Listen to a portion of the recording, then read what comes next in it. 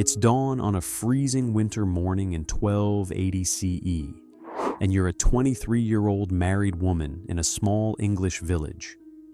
You stumble out of your cramped cottage, your third pregnancy making every movement exhausting, your breath visible in the frigid air. You haven't slept properly in months, and you're about to spend 12 hours doing back-breaking field work, household labor, and caring for your two surviving children, all while your legal identity doesn't even exist. Your husband owns everything, including you. Welcome to medieval women's lives. It's not quite what romantic tales suggest. Today, we're diving into what daily existence was actually like for women across medieval Europe. And I'm warning you right now, this is going to shatter any fairy tale notions you might have about feminine life in the Middle Ages. We're talking extreme legal subordination, deadly childbirth, crushing poverty, and a life where your worth was measured entirely by your relationship to men. Let's start with a day in the life. Because if you think being a woman in the modern world is challenging, medieval women would like a word. Your day, from before dawn to after dusk. You wake before sunrise because there's no choice. The animals need feeding, bread needs baking, and the fields won't tend themselves. At Oxford and Cambridge, male students complained about no meals before 10 a.m. You haven't had a leisurely breakfast in your entire adult life. For 90% of medieval women, life meant agricultural labor. You're up before first light, milking cows, feeding chickens, tending livestock. Then it's to the fields alongside the men, planting, weeding, harvesting, hauling. Women did virtually the same back-breaking farm work as men, but with a crucial difference. You were also solely responsible for the household. Between field work, you're spinning wool, weaving cloth, brewing ale, baking bread, preserving food, hauling water, tending fires, making soap, doing laundry in freezing streams, and caring for children. Medieval women were expected to juggle what would today be 3 full-time jobs simultaneously. 1 hour for a midday meal, then back to work until dark. We're talking 14 to 16 hours of labor per day, 7 days a week. There were no weekends, no vacations, no retirement. You worked until your body gave out, or death came, whichever happened first. And here's the part that might shock you most. Despite doing the same work as men in the fields, women were paid significantly less. Records from medieval England show women earned 5 pence for haymaking, while men earned 8 pence for identical work. For reaping, women received 4 pence daily, while men got 6 pence. Even for piecework, where the task was identical, women's labor was systematically devalued. The legal fiction, you don't exist. Now let's talk about something that might be even harder to believe than the brutal workload. Once you married, you legally ceased to exist. This wasn't metaphorical. Under the doctrine of coverture, which dominated medieval law, a married woman's legal identity was completely absorbed into her husband's. The legal principle was called unity of person. Husband and wife were considered one entity in law. That entity was the husband. What did this mean in practice? You couldn't own property, you couldn't make contracts, you couldn't sue or be sued in your own name, you couldn't control your own earnings, you couldn't write a will without your husband's permission.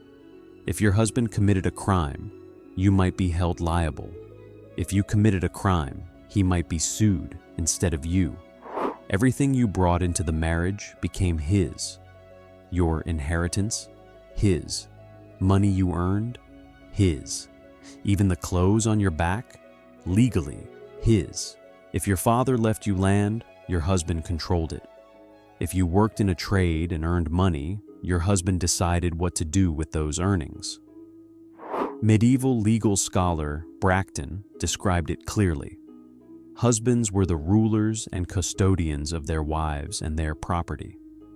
A woman under coverture was called a femme covert, literally a covered woman hidden under her husband's legal identity.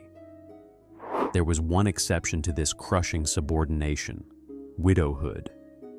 When your husband died, if you survived him, you suddenly became a femme soul, a woman alone. Only then did you have legal rights approaching those of a man.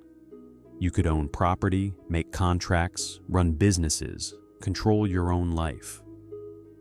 This created a perverse incentive structure. Many of the most powerful and successful medieval women were widows.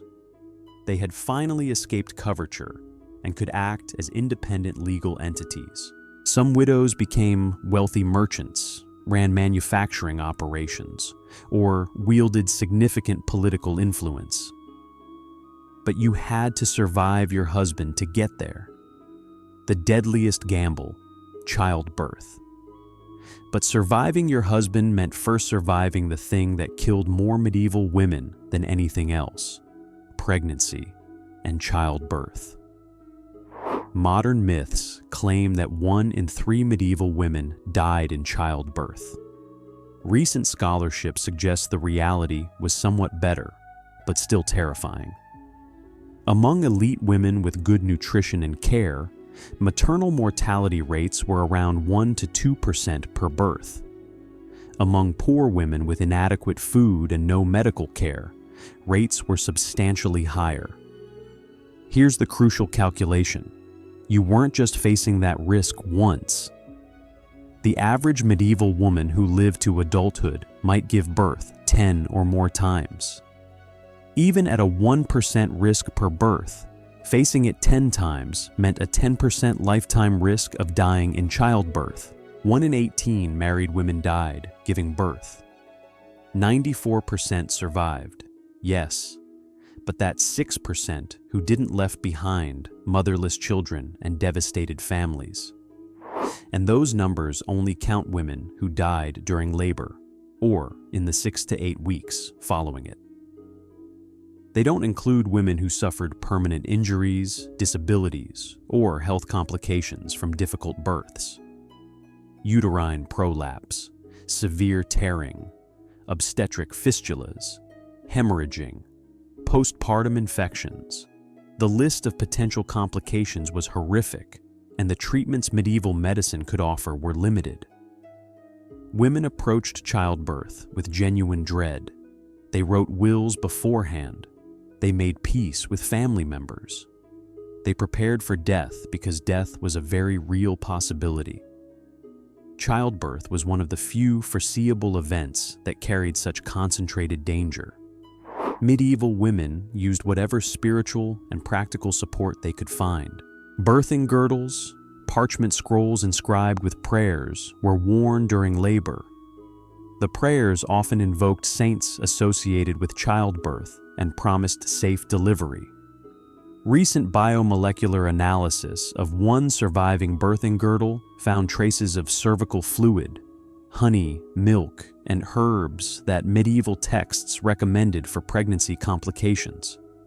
Midwives attended births, and their knowledge, passed from woman to woman across generations, was invaluable. They knew how to turn breech babies, how to use birthing stools to ease delivery, what herbs might help with pain or hemorrhaging. But even the best midwife couldn't save a woman from many of the complications that routinely killed medieval mothers. The few pathways to power, work, and the church. Despite overwhelming legal and social restrictions, some women found ways to carve out spaces of autonomy and even power. In towns and cities, women worked in over 100 different trades. In Paris, guild records from the 13th century show women as silk workers, seamstresses, bakers, brewers, candle makers, textile finishers, and merchants. 5 of Paris's 110 guilds were female monopolies, entirely controlled by women. The silk weaving guilds were particularly notable. Women controlled every aspect of silk production, from processing raw silk to finished cloth. Female supervisors and guild masters ran these operations. It was one of the rare medieval industries where women held genuine economic power. But these opportunities came with massive restrictions. A 1363 London ordinance stated that men had to keep to one trade, while women might pursue as many as they pleased, which sounds progressive until you realize it meant women couldn't master any single trade and had to cobble together multiple part-time jobs to survive. Guild regulations systematically limited women's roles. Female dyers weren't permitted to lift cloth from vats, supposedly too heavy for women, though these same women hauled water, grain, and firewood daily. Female pastry makers could only carry one box of biscuits across town at a time. These arbitrary restrictions kept women in lower-paying positions, even when they had the skills for advanced work. The most common pathway to guild membership for women was marriage or widowhood. As a master craftsman's widow, you might inherit his workshop and continue the business. Some widows became remarkably successful, but widows rarely achieved positions of real authority within guilds themselves. They could operate businesses, but seldom controlled the guilds that regulated those businesses. For women seeking something beyond marriage and motherhood, the church offered an alternative, though not an escape from patriarchy. Convents provided women opportunities unavailable elsewhere: education, literacy, administrative experience, and freedom from mandatory marriage and childbearing. In nunneries, women could read, write, study theology, create art, compose music, and engage in intellectual work that would be impossible in secular life. The abbess of a wealthy convent wielded real power. She managed extensive properties, supervised large staffs, handled complex finances, and negotiated with secular authorities. Some abbesses commanded political influence that rivaled noblemen. The abbess of Fraumünster in Zurich held secular authority over the city in the 13th century, appointing mayors and judges. Hildegard of Bingen, perhaps the most famous medieval nun, was a theologian, composer, philosopher, medical writer, and advisor to popes and emperors. Her convent gave her the platform to become one of the great intellectual figures of the 12th century, something virtually impossible for a married laywoman. But even in convents, women faced restrictions men didn't. Nuns couldn't become priests, so male clergy had to be brought in for sacraments.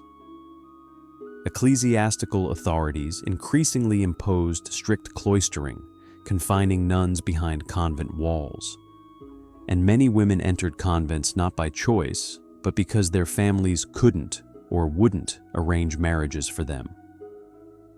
The grinding reality, poverty, and survival. For most medieval women, these exceptional pathways were fantasies. The reality was grinding poverty and endless labor just to survive. Poor women worked as domestic servants, day laborers, laundresses, and street vendors. They hauled goods, cleaned houses, washed clothes in freezing water, and performed backbreaking work for wages that could barely feed them.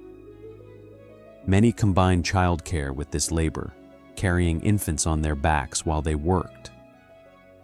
Women were disproportionately represented among the destitute. Widows without family support often fell into desperate poverty. Women abandoned by husbands had no legal recourse and no way to compel support. Unmarried mothers faced social ostracism and economic catastrophe. Some women survived through community networks. Other women who shared childcare, traded labor, and provided mutual support. The medieval world's harsh conditions created bonds of necessity among women who understood that collective survival was the only option. The double bind, status and suffering. Here's a paradox that might surprise you. In some ways, peasant women had more practical freedom than noble women. Noble marriages were political transactions. Aristocratic women were married off to forge alliances, secure territories, or settle disputes. Their husbands were chosen for strategic benefit, not compatibility. Many were married as children to men they'd never met. Once married, noble women were expected to manage vast estates when their husbands went to war, administer complex household operations, and produce male heirs to continue the family line. They lived in relative material comfort, but under intense scrutiny and pressure. Peasant women had fewer possessions, but sometimes more choice about marriage partners. They worked alongside men as near equals in the fields. Their labor wasn't separated into rigid gender roles the way aristocratic labor was. This didn't mean equality. Peasant women still faced legal subordination and crushing workloads, but it meant a different relationship to work and sometimes to their husbands. The price of survival. Medieval women faced dangers from every direction. Poor nutrition meant vulnerability to disease. Inadequate health care meant minor injuries could become fatal infections. Epidemic diseases swept through communities with brutal regularity. Women's life expectancy at birth was lower than men's, primarily due to maternal mortality. In some areas, there were 4 men for every 3 women, a gender imbalance created by pregnancy deaths. Those who survived to old age often did so only after watching multiple children die in infancy or childhood. The emotional toll of burying child after child while facing the constant fear of dying in the next pregnancy is almost unimaginable. Why any of this matters. Despite the poverty, legal subordination, and physical dangers, medieval women were not passive victims. They worked, they created, they survived. They found moments of joy and connection. They passed down knowledge of healing herbs, birthing techniques, and survival strategies. They created art, music, and literature that survives today. They built communities of mutual support. They raised children, ran businesses, managed estates, and shaped the world around them within the constraints they faced. The restrictions on medieval women's lives weren't natural or inevitable. They were legal and social structures created by people and maintained by institutions. Understanding this history helps us see how far women's rights have progressed and how recently many of these restrictions existed. Life was harsh, dangerous, and unfair. Women worked from dawn to dusk, doing labor that kept medieval society functioning. They died in childbirth at rates we can barely comprehend today. They lived under legal systems that treated them as property. They were paid less, owned less, and controlled less than their male counterparts. But these women, peasants in fields, workers in guilds, mothers in cottages, nuns in convents, widows managing businesses, built the foundation for every advancement that followed. Their labor, their survival, their quiet resistance to the structures that oppressed them, all contributed to the slow, painful progress toward greater rights and recognition. If you enjoyed this deep dive into medieval women's lives, make sure you're subscribed for more analytical approaches to history. What other aspects of medieval daily life would you like to see covered? Let me know in the comments below. As always, thank you for watching.